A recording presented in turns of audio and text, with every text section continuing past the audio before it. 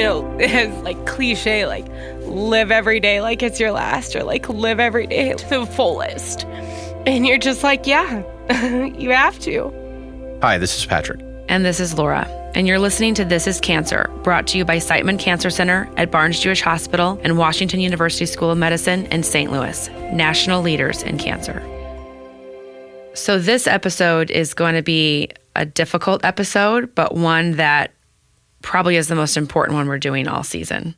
Yeah, this episode, we wanted the audience to know up front that our guest from today's show is the first person we've had on the show that has unfortunately passed away. And what's even more difficult about this is Jenny was a member of the Siteman Cancer Center marketing team and one of the people that was behind the scenes helping us create this podcast. Yeah, I think it's fair to say this podcast wouldn't exist without Jenny Miller, our guest. She's a huge part of the Siteman team and big proponent of creating a podcast for them. Yeah, we started recording episodes in the summer of 2022, and around the very same time we were starting to record, Jenny, at the age of 33, was diagnosed with a very rare form of adrenal cancer. I think doctors called it 1 in a million. It was so rare. And when they found it, it was already at stage 4. Yeah, and she, having worked for Siteman for so long, had a pretty good idea of what goes with stage 4 cancer and, just put forth Herculean effort to battle her cancer, and everybody at Siteman really rallied around her. But as we all know is sometimes the case, it wasn't a victory in Jenny's case. Jenny passed away January 17th this year, left behind her husband Kyle, and they have 2 kids. Brady's a 4-year-old boy and their 1-year-old daughter Tess, and you'll hear about it in the episode. Jenny and her family were no stranger to the rigors of cancer. They've definitely been through a lot, and we struggled throughout the production of this season to figure out when, if, what we should do with this episode. But I think in the end that we all realized as a team that this was something that Jenny wanted to do, was share her story, and we wanted everyone listening to hear what an amazing and positive attitude she had through this really, really tough diagnosis. I think Jenny was really passionate about coming on the show and sharing her story. As passionate as she was about making this podcast a reality, her interview is as worth sharing now as it was then when we recorded it, even though she's passed away, because there are just so many great insights and takeaways from her interview because she was such an amazing person. Jenny sat down with us in November of 2022. It was just after she shaved her head, remember? Mm-hmm. She was coming and smiling and joking about that whole process, and we wanted you to hear our conversation, and I think you'll understand pretty quick why everyone loved her so much. Our guest today is Jenny Miller, who has been working with our production team and the Siteman team for about a year as we started talking about doing a podcast about cancer. Yeah, she's on the podcast team. You're the media and marketing administrator at Siteman. That's so my title on the team. So you've been doing this for a long time to share get the word out about Siteman Cancer Center, treatment, prevention. And a couple of months ago, Jenny, who is 33, was diagnosed with cancer. Mm-hmm. And the irony is just crazy, right? It's wild. Yeah. I mean, I've been at Siteman for 8 years, going on 8 years in February. Yeah, to be on this side of the journey and the experiences. Yeah, it's been very eye-opening too from what I do. Before you tell the story about how you got there, can you just tell the listeners what your diagnosis is? Sure. It's adrenocortical carcinoma, also known as ACC, or adrenal cancer. And they say it's 1 in a million, and it's pretty rare. And there's not a ton of treatments out there for it, and a lot of it's just kind of research and figuring it out. So, yeah. And you have, for a little more context, 2 children. Mm-hmm. And what are their ages? 4 and almost 10 months. And you were how old when this all started? I was 32 when this all started. I turned 33 in August. And 2 little babies, and yeah. They get you. Because that was the same age Patrick was when he learned of his diagnosis. Mm-hmm. and did his treatment. That's also very crazy. Very crazy. It's strange enough to like know you as a, a young adult, but like sadly, I have another very good friend who's about my age, has been battling ALL for 3 years. My brother had non-Hodgkin's lymphoma. Or no, he had Hodgkin's lymphoma, and he was diagnosed at 35. So I've got, sadly, a lot of people who have dealt with this at this age. In your personal life and your work life. In my personal life and work life, and like how it's strange dealing with it with young kids and like that whole aspect of it, it's wild. And so with that, I would love to start off with what happened in August, why you went to the doctor, and this crazy ride that you have just started. Sure. So I had a baby in January, and about May, I was getting ready to go back to work, stop breastfeeding, and hormones. You've had kids, like your hormones are adjusting, they're going crazy, and I was just, you're short of breath, just all kinds of things, sweating more. Like honestly, it's just your body does a lot of crazy things postpartum. So chalking everything up to that, and then I ended up getting COVID at the very end of May. And then about 2 weeks after that, I tried to go for a run. And it was June. It was hot out. I mean, it was like 90 degrees, but I was short of breath and I was like winded. And that was just not normal. And you were like, this is not COVID residual because it wasn't that bad. I chalked it up to COVID. And then it takes over a year, they say, for after pregnancy for your hormones to kind of adjust anywaes. Or for me, 13 years. Whatever. I'm kidding. Literally, I still, years later, you're chalking things up. Well, I had a baby a couple of years ago. So, and then I'm thinking, I'm between the baby and then the COVID. I'm like, okay, well, maybe this is it. Yeah. And then August rolls around, and I'm always on my husband that time of year. Go get your physical. We've got insurance. Go get your annual blood work done. Of course, he comes back, clean bill of health, and the doctor tells him he's just like a man amongst men and all this stuff, and he's great. And sure. I'm like, cool. Then he looks at me, he's like, your turn. So I start making these appointments. So I go to my primary care physician, have my annual physical done. I tell him about the shortness of breath and stuff. Since I had a baby and I had done IVF the year before, I hadn't seen him for 2 years and gotten all my blood work done and all that stuff. So I asked him if we could just go ahead and do all that and check all my stuff. And he was like, yeah. And then he gets my blood test results, and calls me that morning and says, I need you to go get an urgent chest CT done. Your D-dimer is elevated. In anticipation from his perspective of that I'm having blood a blood clots clot. and yeah. And so I go and I get this chest CT done, and I'm like talking to the guy in radiology after he does the CT. He's like, you got to sit in the waiting room for an hour until they can read your results and your doctor's going to call you. And I'm like, why do I got to sit in there for an hour? He goes, because if you're having a blood clot, you're going over for heart surgery. I'm like, what? So in my mind, now I'm sitting in this waiting room thinking there's a chance I could be having a blood clot and having heart surgery in the next hour. That's a rough, random Tuesday. Right. It was exactly a random Tuesday. So phone call comes about an hour later. I'm sitting in the waiting room, and she calls me and goes, good news, no sign of pulmonary embolism, no blood clots. But we spotted something by chance on your chest CT. It looks like you have a spot on your liver. We'll call you in the morning. Okay. Just hearing that, I'd have been freaking out. Yeah. We spotted something on your liver. We'll call you later. And immediately, from what I do, my mind went to cancer. Yeah.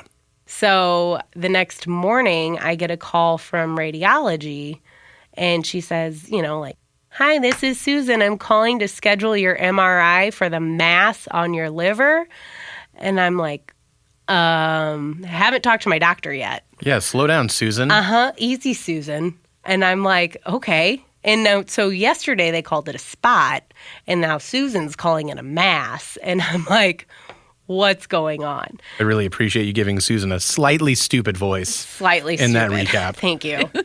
So I go get the MRI done, and the next week I go back into my general practitioner's office, and we're reviewing, and this mass is the size of a cantaloupe, essentially. And you didn't feel that at all in your Still body. don't. It's still in my body, and I still like don't. How is that possible? Doesn't that amaze insane? you when people say that they have like a softball or a cantaloupe? You're like, well, I can feel a cantaloupe in a grocery store, but like you can't feel that in your body. But it's, I know. I guess it's displacing It's weird. stuff and, I guess. occupying space that something else would have been there, or Yeah. just and shoving its way through anatomy. Well, and you're from a female perspective, like if anybody ever seen a C-section, it's not like your like organs are all just specifically placed in a slot. They're just kind of floating around in there. So like when we have a C-section, they take your organs out and they just throw them back in. So and I've had 2 of those. So it does make room. So those organs can all move shift. around and be smushed around. Just to give you my doctor's opinion on what happens. Yeah, I was going to say, Exactly. this is something I really like on the show is when we don't have a physician on specifically, and we just start spitballing our medical advice. our dumb backyard physiology. No, this she's is anatomy. She's This is not anatomy. Exactly. She's not wrong. I'm Yeah. not. It's I anatomy. have had You know 2 C-sections. You know how your guts just kind of float around They in there? do, kind of. They do. I mean, if you've had a C-section, they say like the weirdest thing is standing up for the first time after it because all of your organs have to settle again. Oh They my tell you gosh. that. They do literally, Patrick, take them out of your body and then just throw them back in. Uh-huh. Like, I've seen it. Like a crock pot stew. Oh my I God. always, for my 2 And we're going C-sections, to add in the chicken broth. Thank you for ruining we're gonna every put soup these for me here. I'll We're gonna ever add the have again. intestines. Somebody's That's just funneling the intestines back into Right. your body. All right. Yeah, my Soup is husband, out. like, to cut the umbilical cords for our kids, I'm like, just don't look to your right. Just don't do it. And he said every time he, like, tried to walk by, but just, you can't not. It's no, there. it's and there. they're packing you up. And he's like, you see it. It's yeah. Okay, so Sorry. anyway, that's our Derail. birthing section of our podcast. Or my kids would say you didn't give birth; we were taken out of you. Yep, Yeah. It's birth. Okay, so cantaloupe-sized mass. on my liver. And you're sitting there with your general practitioner. Are you alone at this appointment? Yes, because I just life in general, Yeah. and I just didn't know. And he's like, "How are you doing?" And I'm like, "I'm okay." And then I start asking all these questions with all of the knowledge of like having worked at Siteman for 8 years. I'm like, "Okay, so what do we got to do? Are we going to do a biopsy? Like, how is this can this be taken out? Like, what is this? Do we know what this is?" And he has a couple thoughts as to what it could be, but he's very much being a doctor saying like, I can't definitively say, like all this stuff. Okay. And he goes, but I am going to refer you to an oncologist at Siteman who I know who the oncologist is, and I know what he deals with and the level of cancers that he deals with. And I think it was at that moment that it sunk in like, this isn't great. Like, Yeah, this you're- isn't going to be good news. Your primary care is calling in the big guns. Big guns. And you know what that means. And I knew it, like just because of what I do, I knew exactly who it was and what he deals with. And So what were you feeling when you walked out of that office that day, out of that appointment?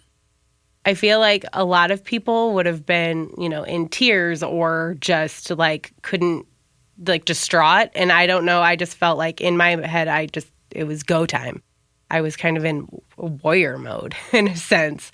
Like it was, and still to this day, I'm not giving myself a choice. Mm-hmm. It's not an option.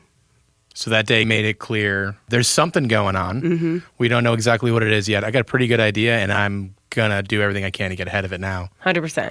That's exactly what it was. I would imagine, it sounds like at several points throughout your story that your job, your position within Siteman Cancer Center has really helped you navigate a lot of difficult consults, especially because, as you said, life will get in the way and you don't always know what you're getting into. So you're solo in all of these consults, but you're still able to keep your head on straight, I would imagine, because you swim in these waters all the time. Yeah, that's exactly right. Like, and not just that, I've also personally, like my mom had lung cancer. She passed when I was 17. My aunt passed 2 years ago of lung cancer. My brother had Hodgkin's lymphoma. So many friends and family members. Just I've been in it from a work perspective and personally so much that I'm not inexperienced when it comes to cancer and everything that comes with it. So you know it's go time, and you know the next step is to go see your oncologist. So tell me about that. So that appointment, yeah, that was a little nerve-wracking because I know, who I'm going to see and everything else. So my dad went with me to that appointment, and we get into his office, and he informs me that the entire tumor board had met the previous day to discuss my case, too. And everybody reviewed it. And they, from the MRI imaging, from the imaging that they had, they thought it was a rare form of liver cancer that affects mainly women my age. The tumor looked the way that these tumors usually present, this large mass in the liver. Fit the description. Everything checked the boxes for this rare liver cancer. And so the game plan was surgery and then most likely do treatment after that. Have they biopsied yet? No. They were just like, there's no question, let's go. Yeah. And so they go in and I'm assuming at this point they're going to biopsy after surgery. They got to get the cantaloupe out. Mm-hmm. So they start the surgery, realize that there's a couple other Mets now. They've noted, he finds 2 other Mets below the large mass. And Mets are, for those that don't know, additional tumors. So the cancer has now metastasized and spread, staying still within the liver at this point. So he feels the other tumors, sees the large mass, was able to actually do a frozen core biopsy while I was on the table and look at the cellular structure of this large mass while I was in surgery. That's kind of awesome. It is really awesome, and determined that quickly because the cellular structures, I guess, of this certain type of liver cancer that they thought I had presents in a certain way. And he essentially looked at these cells under a microscope, or somebody in pathology did. I'm not 100% sure. I was asleep on a table, and determined this isn't what we thought we were working with. This is not that rare form of liver cancer. So the best course of action, the smartest course of action at that point in time, sew her back up, leave everything in. She's got to start chemo. We got to start back from square one, figure out what this is. So they did take biopsies of the other tumors, and then they had the one of the large mass. So everything got sent off to pathology. And then we get the pathology results back, and I get a call from my oncologist and said, well, we learned it wasn't that rare form of liver cancer that we thought you had. You actually have adrenal cancer, which is even more rare, basically. So that was 1 in a million rare. 1 in a million. Yeah. And do you remember where you were when your oncologist called you, or what you were doing, or can you even put into words what that felt like? Yeah, obviously I'd been waiting for that call. And it's strange because I already knew I had some sort of cancer. So I was waiting for the other call to what is it now? The things you never thought you'd say, I was really hoping it was going to be something that had a lot of treatment options, at least. No cancer is easy to go through, but the more treatment options there are, obviously the better off you are. And so I'm really hoping it's some sort of lymphoma or something like that. Something with a playbook. Something with a playbook, basically. And, he calls and says, it's adrenal cancer. I'm like, cool. And if you start Googling adrenal cancer, there's really not a lot out there because it is so rare. Mm-hmm. And there's not a ton of treatment options. And there's not a lot of specialists in it. It was kind of like, well, shit. Mm-hmm. Do you remember when you got that phone call, deciding who am I going to call about this first? Yeah.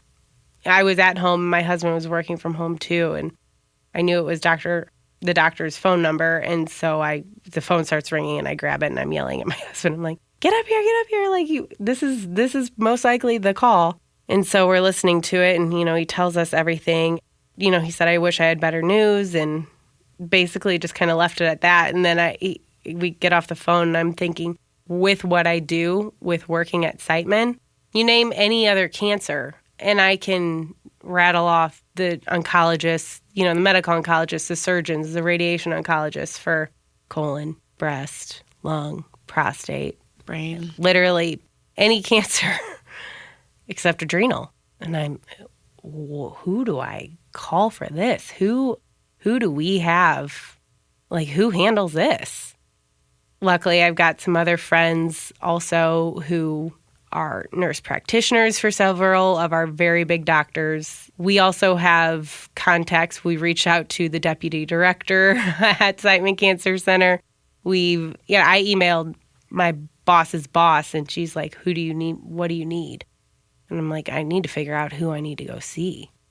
Who should be my oncologist for this? And luckily, all arrows pointed to, who my oncologist is now, Dr. Tricolinos, who is, world-renowned in neuroendocrine tumors, which is basically hormonal tumors, I guess. Again, I'm not a doctor. I'm just generalizing them as that. Well, an endocrinologist does hormones, right? So that sounds right. Yes, but he is not an endocrinologist. He's just a medical oncologist. Mm-hmm. But in addition to my medical oncologist, I have to see an endocrinologist as well to treat the hormonal side of everything. Mm-hmm. So it's a whole, it's a team. When you woke up from the surgery and they're like, I'm assuming you're like, I'm going to wake up, it's going to be out, let's go. Yeah. That morning of the surgery, I was just like, oh man, I can't wait to get these things out of me. Like, let's go. Like, I'm ready. If I got to do, there was even questions on if I would have to do treatment afterwards or not. Like, there was a chance that it was just going to be surgery, plop it out, and I'm good, or we're just going to monitor for a little while or whatever. That was kind of in my head. I'm like, best case scenario. There was even a possibility that the tumors could have been benign. But again, had been no biopsy or pathology at that time. So I'm still being like, it could be a big benign cantaloupe mass in my liver. No big deal. I'm going to have surgery. I'll be fine. And so when I woke up from surgery, I'm still a little bit in a haze. My eyes are still closed, but I can hear people talking. And I heard something about surgery was aborted. And I hear she's most likely going to have to do chemo. And then I'm thinking, well, that doesn't sound right. And then I put my hand on my stomach and I realize I'm feeling like my incision, like where things are patched. I'm thinking, well, something did not go as planned. And so it wasn't until, I guess, several hours later, the surgeon came to see me, kind of explained what was going on a little bit and said, we left everything in. We had to do a biopsy because it's not what we thought it was. And I'm like, all right. So then I had to spend a couple nights in the hospital, basically just like for a wound incision, like wound healing. You said that you're like, all right, like they were out of like cornflakes at the grocery store. Like, all right, like you had to have been a little bit more like, or were you really just like, okay? I really was like, okay, because I think you come to a point mentally where you're just like, I could freak out about this. I could freak the hell out about this. Or I can just go with what we know, which is nothing. And so what's the point of freaking out, and spinning my wheels and spiraling when we don't know anything yet? It's so interesting you say that, because when we did our episode about treatment with Larissa, she talked about the importance of surrendering when she went through ovarian cancer and how much that helped her when she just surrendered instead of trying to control the narrative, which you don't have any control over. 100%. That's a really, really good word for it, is just surrendering. Just being like, well, I have no control. What's going to happen next? I've said it to my dad and my husband and so many people just through all of this, just asking like, okay, what's the next step? What are you doing now? Like just in the beginning and everything, just such a roller coaster. I said, I've quickly learned that the only constant thing with my scenario is change. So it's basically I've got to be comfortable with it and know that everything is constantly going to change. Yeah. And that I have no idea what's coming around the corner next. And that I can't freak out because I'm going to get through this. What choice do you have? You have to. Exactly. And you have a 4-year-old and a 10-month-old. Can we take a moment to just anyone with a 4-year-old and a 10-month-old in a normal setting is, likely losing their mind at times, right? I mean, Maybe the baby's still starting to sleep through the night if you're lucky. Okay, that's a blessing. But I cannot imagine doing this all with still a newborn, not even a 1-year-old, and a 4-year-old. I mean, we can all do hard things. We all do what we have to do when we're asked to do them. But for anyone out there listening that has someone going through this, like, what the hell? Yeah, pretty much. The only thing I can say is my husband is amazing. Man amongst men. Yeah. Really, I mean, well, now I'm going to cry about it. I didn't think I would. But yeah, I wouldn't even say he stepped up his game because he's always been an awesome dad. But dude has really, like, taken over. And it's incredible. How blessed you are to have that, right? So lucky. How's his mac and cheese game? His mac and cheese game is on point. He was actually a chef for like 10 years. Oh, man. So it's not just mac and cheese. He can cook anything. Oh, so you guys are screwed with a meal train because you're going to be like, meal train, schmeal train. My husband can cook, right?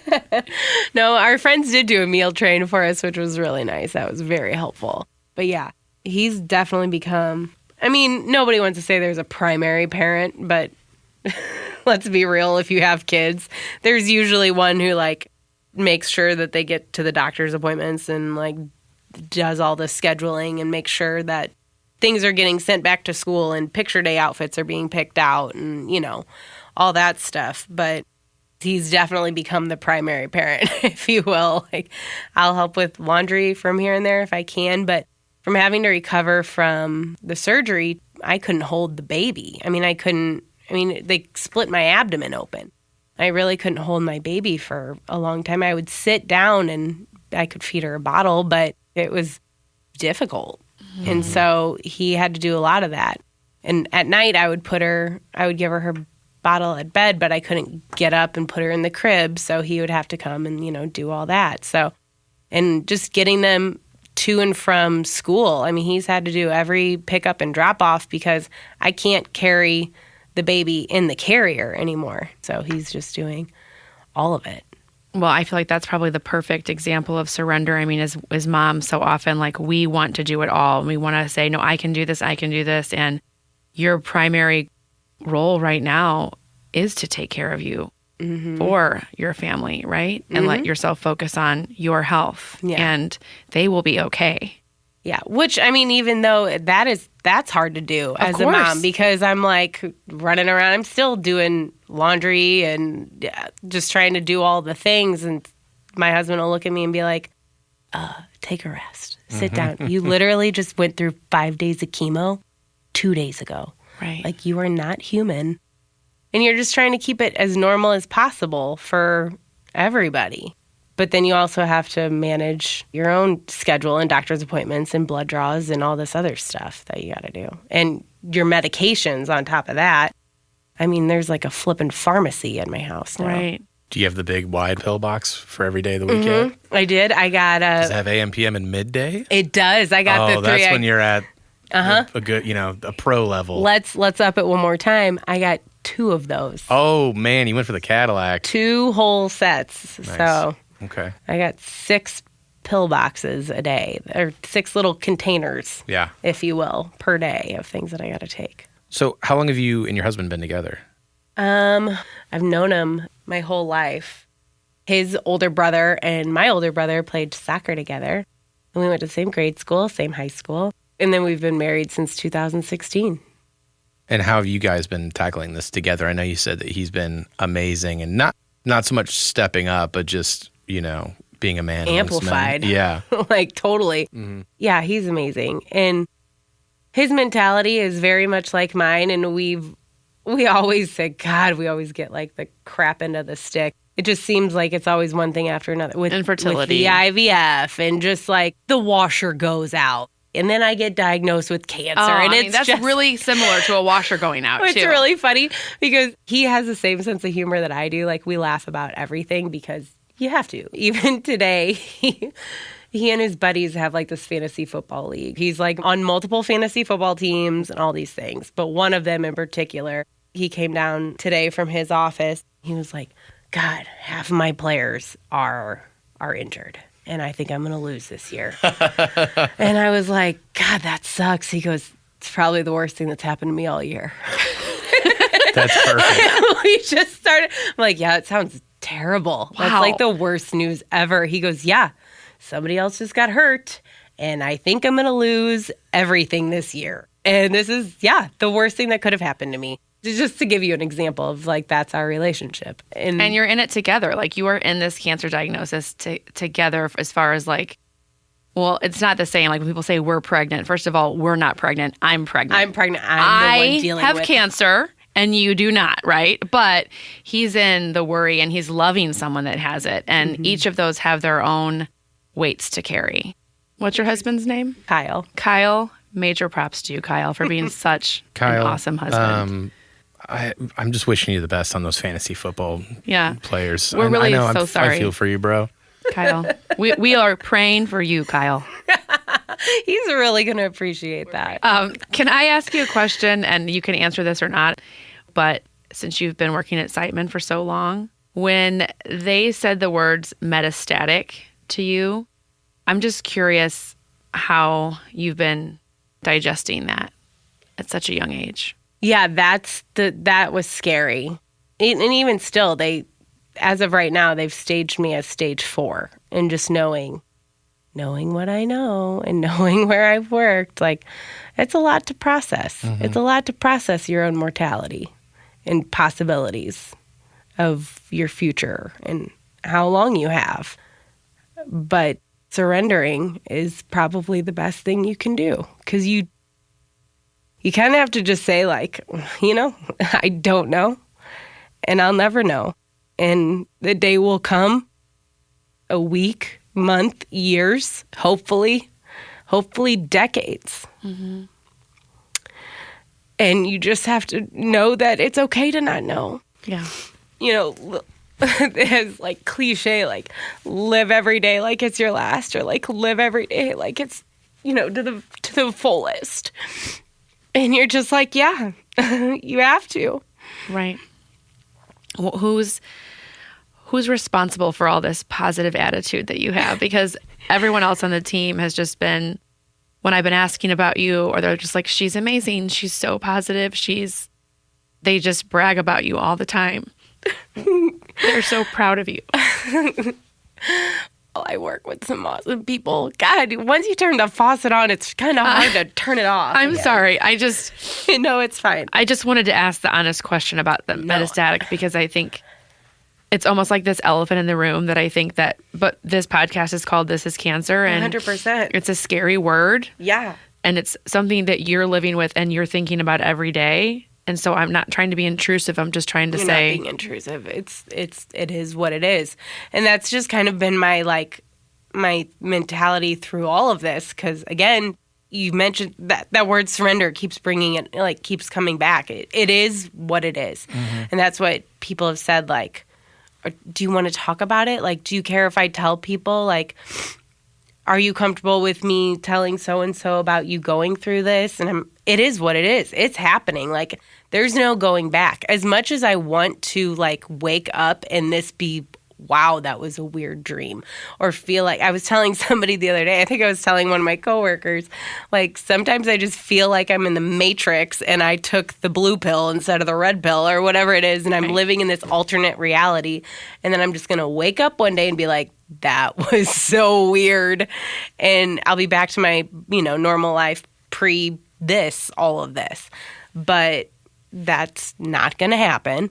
And it is what it is, and I have to go through it. And that's what I've been saying. Like, the only way out is to go through it. Right. And I also know that something happens to you when you become a mom that you just, you would literally jump in front of any truck for your children. And I can only imagine that your kids are huge motivating factors for you. 100%. 100%. Yeah. And I know that you could take the thing of, I'm sure you have thought of what, I know that you have, because you're a mom, of like what could calm down or what they might have to face. But you can spend all your time worrying about that, or you can worry about being the best warrior mom that you can be. Right now. Mm-hmm.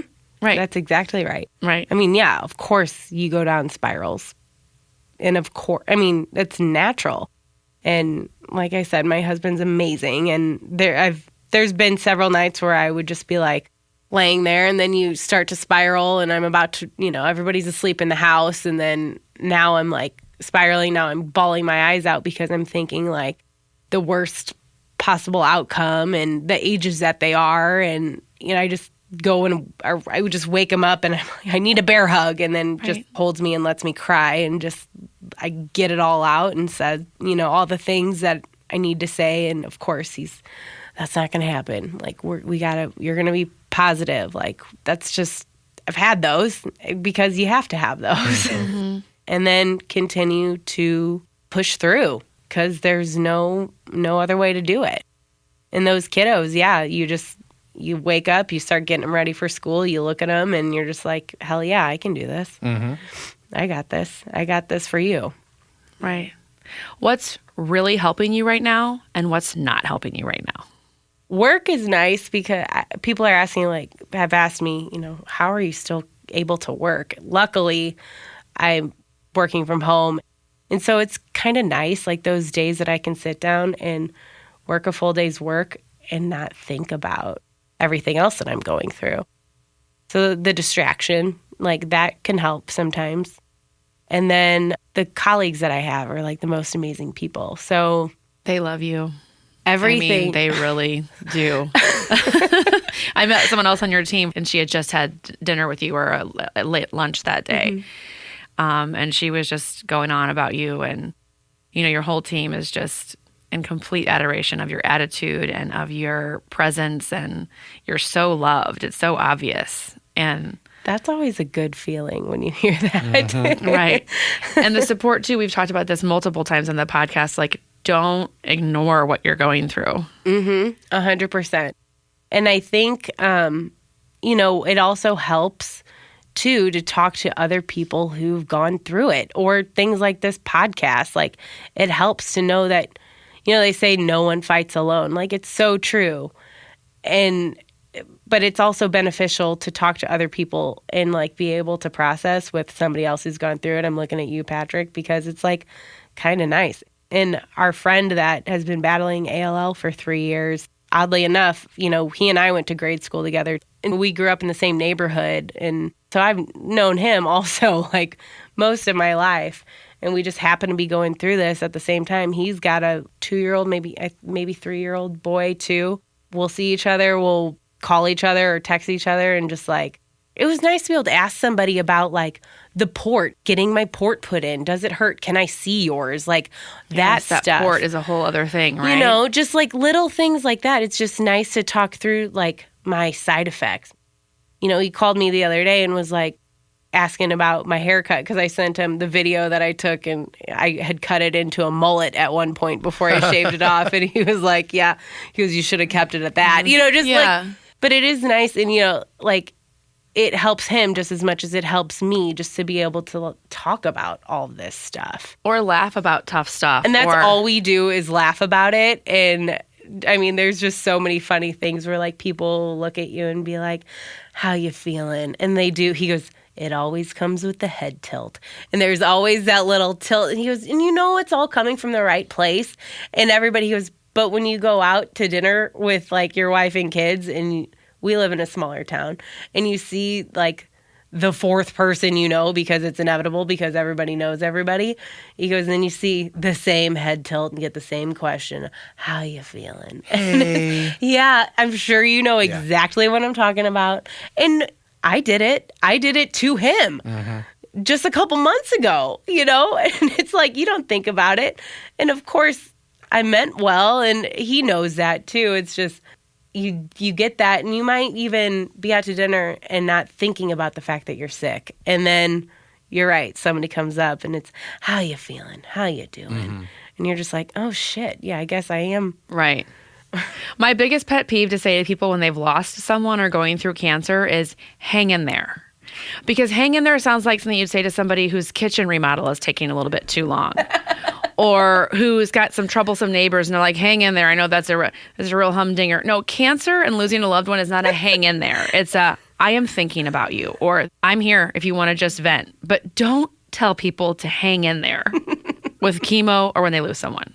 That's just my little side note. Okay? Don't say hang, or don't put that on Facebook either. Hang in there. Sorry your mom died. Hang in there. Sorry you got diagnosed with stage 4 cancer. Hang in there. Right. No. How about, wow, I will be praying for you. Or if you're spiritual, how can I pray for you? Yeah. Right? Like, what do you need right now? And don't ask people what they need. Just do something. Yes, that's a big one too. It's let me know what you need.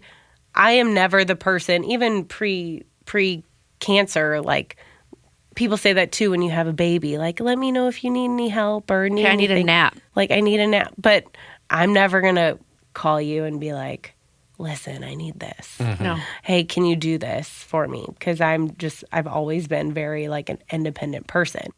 So it's like if they know what you need, don't ask and just do it. I don't know how to say that like in a nice that makes way. sense. That makes and sense. I don't expect anybody to like. I just want to make sure that I No, people I know, aren't but expecting. I think people want to know like what helps, and I think that's synonymous throughout everybody. Nobody wants to take time to let people know how they can help them. Right. Just help them. And most people are like never going to say that. Nobody's going to ask. I don't know. Some people might, but I've never been that person. See, I like to just ask for like outrageous things in a very sincere way. If there's anything I can do, I'm like, I need $5,000 right now. I have some debts to pay tonight. Yeah. Is there something that has surprised you about yourself during all this? I mean, yeah, I guess like not to sound egotistical, but just like the resiliency of things. And personally, just like your body, again, as a woman, and like I'm sure every woman could relate in the fact that there's a lot of things about like a woman and her body and just like the relationship you have with your body. Like when you're a teenager, you don't think it's good enough and like certain, you wish you were thinner or whatever and all this other stuff. And then I've just kind of like been able to just appreciate myself in a totally different light. Like, is it perfect? No. I mean, by all means, that's subjective. But I've looked at myself in a totally different light and been like, I've been able to carry 2 babies. I've been able to go through IVF. I've been able to have 2 C-sections. I've been able to have this whole, the liver surgery, or what we thought was going to be a liver surgery, which is 1 scar. And that's a reminder of the surgery that was aborted and how this all kind of started. Just like my C-section scars are reminders to me every single day that I see them of my kids. And then I'm going to have more scars from this next surgery. And the chemo, just like everything that my body has been going through with the chemo. Just being able to look at myself in the mirror every morning and say like, damn, damn girl, you're a lot stronger than you ever knew. It's so true. You are. I mean, you truly are. There's nobody that can go through this and carry the weight of a new baby and the weight of the diagnosis and everything that you're going through and walk in here with a smile on your face and sit down and say, before we started this podcast, there's nothing I won't talk about. No, yeah. No, I'm an open book. Yeah, it's really inspiring to sit across this table and talk to you because, having gone through cancer myself, I know what you mean for sure when you realize what you're capable of. This seems to have already brought out so many positive qualities that you already had. It's encouraging to see how much you can rally to a fight. When the fight or flight kicks in, it's nice to know that your instinct leads towards fight. It can breed confidence in you, which, is going to make you more and more confident. So I love to hear how strongly you're fighting this and how positive your attitude is. And it is really encouraging because I'm sure I'm not done with my cancer either. And it's just, there's going to be times where not everyone can be as strong as you are. So I think it's going to do a lot of good for a lot of people to hear this because you're setting an incredible example for your kids, for your husband, for just your entire family, your friends, and other people that are going to be going through this. My dad, he taught me throughout his entire cancer. He taught me how to handle bad news, how to rally. And towards the end, he, in his case, eventually he taught me how to die. So there are always opportunities in these situations, and it sounds like you're just grabbing all of them. And not everyone can be that strong, and it's just really cool to, I mean, this is like, I feel like I'm sitting across from like the Aaron Judge of cancer patients. Everything's a sports analogy. I mean, yeah, everything with me is a sports analogy. I would say you're like the Beyonce of fighting cancer. Yeah. OMG. Yeah. That's right. No. That's right. With that look when she walks out on that stage, like, watch this. Yeah. Right? No, I get that, and I appreciate all of these like really nice things. I'm also like somebody who gets really embarrassed when people say things that are nice to them to their face. So you Yeah, don't me want me to call too. you Beyonce? Thank you. No, I mean like, Okay. please continue because that was the nicest thing anybody's ever said to me. I've seen her 7 times in concert, so I know what I'm talking about. And that is a true fact. Oh Well, my you God. just Yeah, you you just do. have your priorities straight, and that's so hard for so many people. I think honestly, a lot of that just comes from, I lost my mom to cancer when I was 17. I had to become an adult pretty quick. Love my brothers to death and everything. But when, my mom did everything around the house, it was pretty traditional. My brothers are 7 and 10 years older than I am. And, up till her getting pretty sick, she was the one who always cooked, did the laundry, cleaned the house, all the things. And then I was the only girl, and I did all the things. After she was sick, after she passed away at 17, I continued to do all the things, and I took care of, I don't want to say I became a parent because I didn't. I mean, my dad and my brothers are very capable of taking care of themselves, but I felt like I had to. So I did a lot of the laundry, I did a lot of the cooking, clean the house, all those things. And I just kind of always, I had to become an adult pretty early on and kind of get my mind, get my priorities straight pretty early on. And just know that, like, I could have easily spiraled from that. And I'm not going to say I was a perfect teenager, too, at 17. After you lose your mom, you go down some roads. But yeah, I mean, I had to grow up pretty early on in my life. And so I kind of had to make a mental choice then of, my priorities. And I wanted to make my parents proud and be the person who I knew my mom always wanted me to be. And so that's also probably something that's like pushing me through this. Mm-hmm. And you got to think about what an impact your mom had on you for 17 years and the modeling. And so no matter what happens with you, the modeling you're giving your kids now, it's when they're 4, it's when they're 8, it's when they're 12, it's when they're 16. That's what we do. We model for them and we show them what tough looks like. And you're doing it. And you have an amazing husband and you have a dad that's been through this. And through a lot of sucky news, there's a lot of blessings. And I'm so glad that you have them around you, you know? And I'm just really, really grateful that you wanted to come talk to us. And I love what you had to say about things can always change. This is what I'm doing for now. This is what I'm doing today and living in the present. You have to. In this scenario, at least, you have to. Right.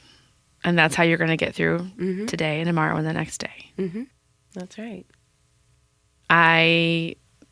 I'm going to go home today and be inspired the rest of the night. I'm going to cook dinner like Beyonce. I'm going to do laundry like Beyonce. I'm going to talk to my kids like Beyonce. And I'm just going to channel you all evening. All evening. Patrick, are you going to do anything like Beyonce? Nah, I mean, No? You're going to do it like Aaron Judge? Yeah. Okay. No, I mean, I can't think of anything. I don't know how to respond to that. Well, it's because you don't have their inner Sasha Fierce like we do. oh my God. That's her stage. Okay. She calls herself Sasha Fierce on stage. Yeah. I think my wife handles being Beyonce, and I'll bring the Aaron Judge energy. Okay. There you go. Well, then I say to Aaron Judge and Beyonce, watch out, because here comes Jenny Miller.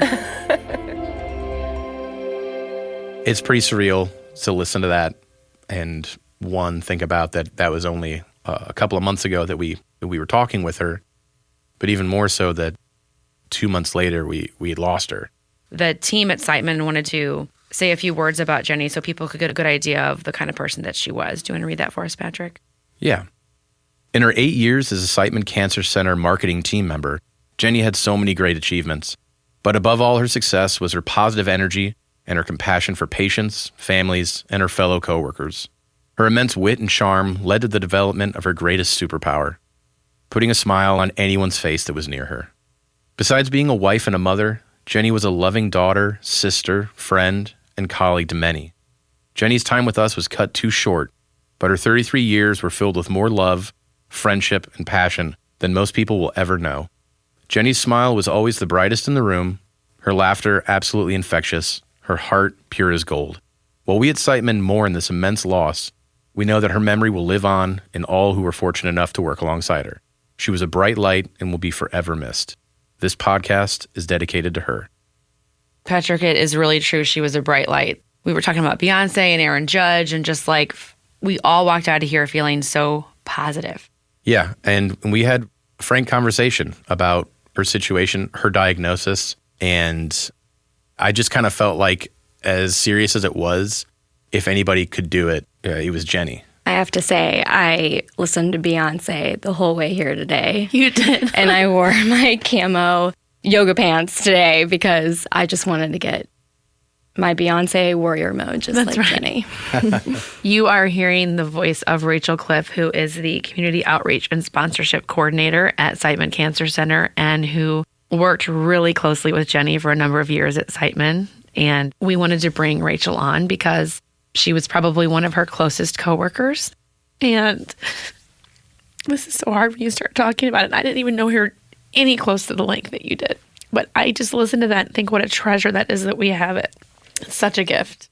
Oh, I agree. I mean, I've listened to it in full once and kind of in pieces several other times just because it's nice to hear her voice and feel like this feels like we still have a piece of her is just so special.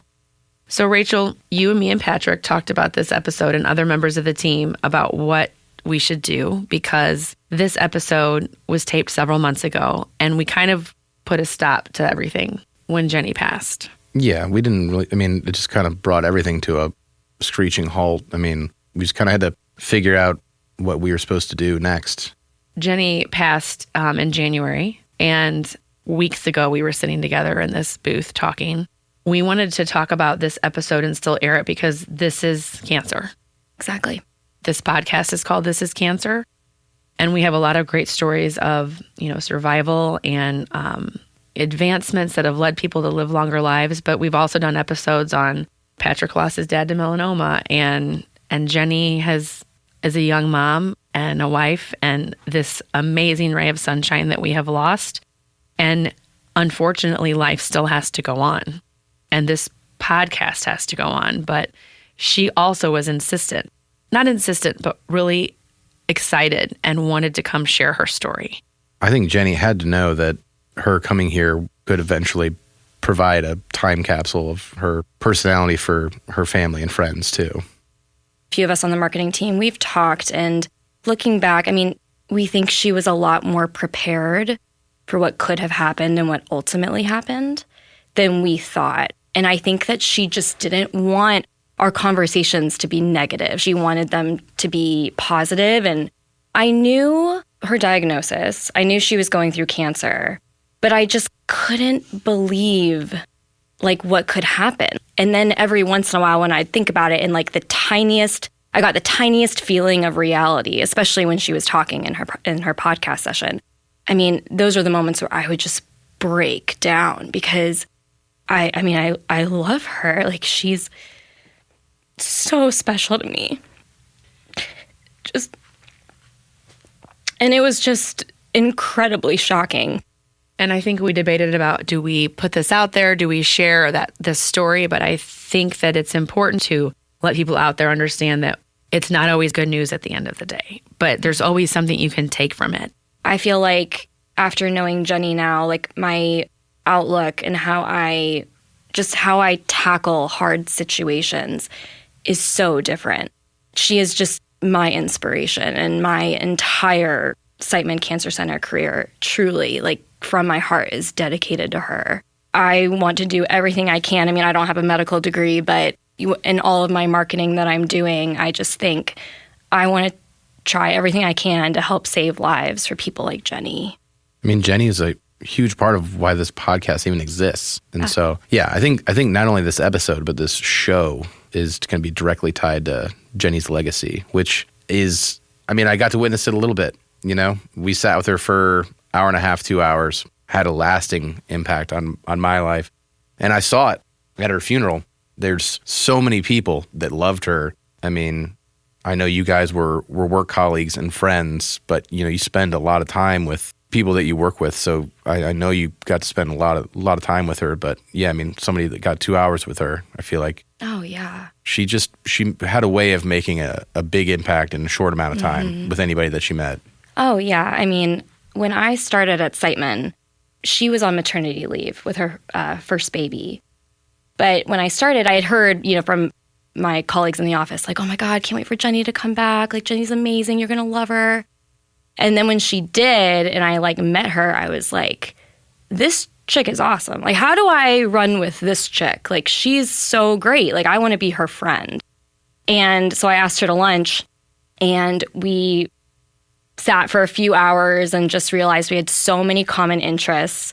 We both are obsessed with John Mulaney and The Office. We have the same sense of humor, and we both have the same sense of like clothes and fashion. Like, we both loved anthropology. So I can't even like open my closet every day without thinking, oh, Jenny has that dress or Jenny has those sandals. But yeah, I just feel so lucky that I knew her for one thing, but that I got to work with her too, because work is so much better and more enjoyable when you work with your friends. Sounds nice. I wish I could do that someday.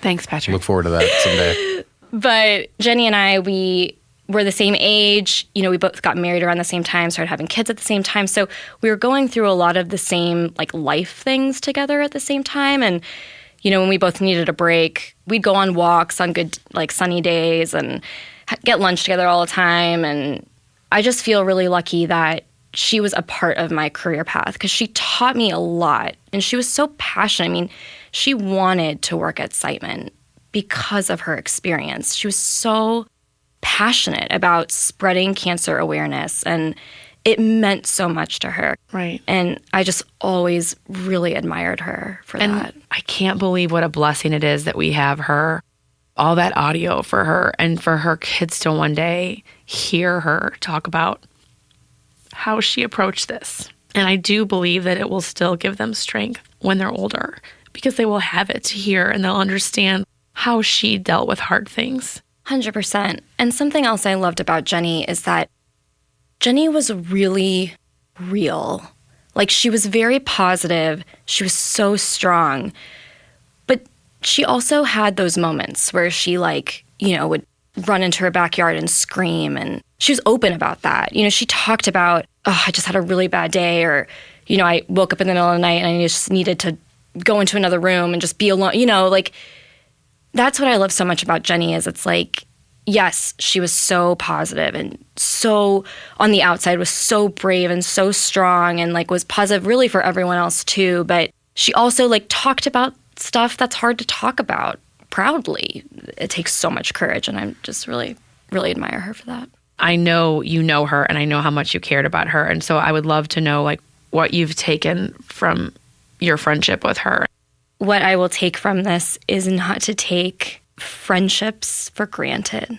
I didn't realize how meaningful those conversations were. And I look back and just think, you know, you think that the little things every day are just nothing, but they really are so impactful in your life. And it's really, you know, changed my outlook on how much I value the little things, how much more I want to put into my friendships, how I don't want to be afraid to ask how people are doing when they're having a hard time. I think that's something that's really hard for me is I don't want to bother them. I don't want to bring up something that's sensitive, but it's like you realize what actually is so important. And from, you know, all of this that's happened, that is what I'm going to take with me. I think something like this resonates with someone so much more when you can see yourself and the person that it's happened to. Yes. I mean, you were touching on this earlier. Like, there's so many parallels between you and Jenny. You're both, you know, young mothers that are working similar jobs at a place where you're trying, you know, you're working towards this common goal. I don't know, when you see something like that happen to Jenny, you realize like how easily something like that could happen to Rachel or, I think it makes you appreciate what you have. Absolutely. I mean, I ended up seeing a therapist after all of this happened because I just wanted to talk to somebody. And I remember it's so weird. Like, I got this feeling after she passed away of guilt. Like, I thought to myself, like, why her and why not me? Not that I would want, I wouldn't want a cancer diagnosis, but yeah, it's like survivor's guilt. Yeah. Because you can't help but think, like, if the dice had been rolled differently, that could have, like, that's what I try to convey to my friends. Like, when I'm telling them about, like, you guys need to get screened. You guys got to quit smoking. I don't think it's struck them where I'm like, this could be you. Right. And that could be purely random. So... Yeah, it was almost like I just had this, like, and guilt. I know that sounds strange, but, like, I just didn't know how to process it. And I would start thinking, like, like I have a 2.5-year-old son, and, if he's throwing a temper tantrum or, not getting out of the bath when I want him to, or, all those things, I would feel guilty for, like, getting frustrated or being upset because I'm like, I should savor every moment I have with my son, George. Like, my friend Jenny just passed away and she doesn't get that. Like, why, like, I need to be more aware of these feelings. And I talked to my therapist about it and she was like, it's okay to have both. Like, you can still be frustrated that your son's throwing a temper tantrum and remember your friend. Like, it's okay to have both feelings and to separate those feelings, and they can occur at the same time. Grief is such a bitch. Yeah. I mean, grief is like the most unfair, unforgiving, unpredictable to others, people that aren't going through your grief. So hard to relate to because you process grief so differently. And I don't think we give people permission on that fact alone. Grief is a bitch and there is no formula. What would you think Jenny was most excited out of this podcast and that she hopes people can gain from all the brave people that are coming and sharing their stories? This is where we're going to find out that behind closed doors, Jenny was like, we got to get new hosts. They suck. Yeah, she wasn't a fan of Pat. No, I'm kidding. She's like, Lauren and Patrick suck, but other than that, the idea is awesome. We've made a huge mistake.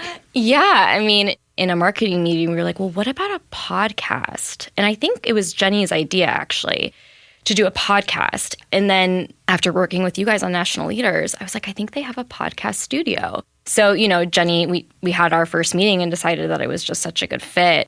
And, on our marketing team, we're not the ones in the white coats, but what we can do is provide support in a different way. And I think that's what this podcast is about. It's about telling people you are not alone and we hear you, we see you. We want to provide you a supportive outlet. We want to answer some questions you might have on here. We want to tell you some people that you can see to maybe help your experience. And I think that was her goal. I think that's the overall goal, but I would think that's what Jenny would want.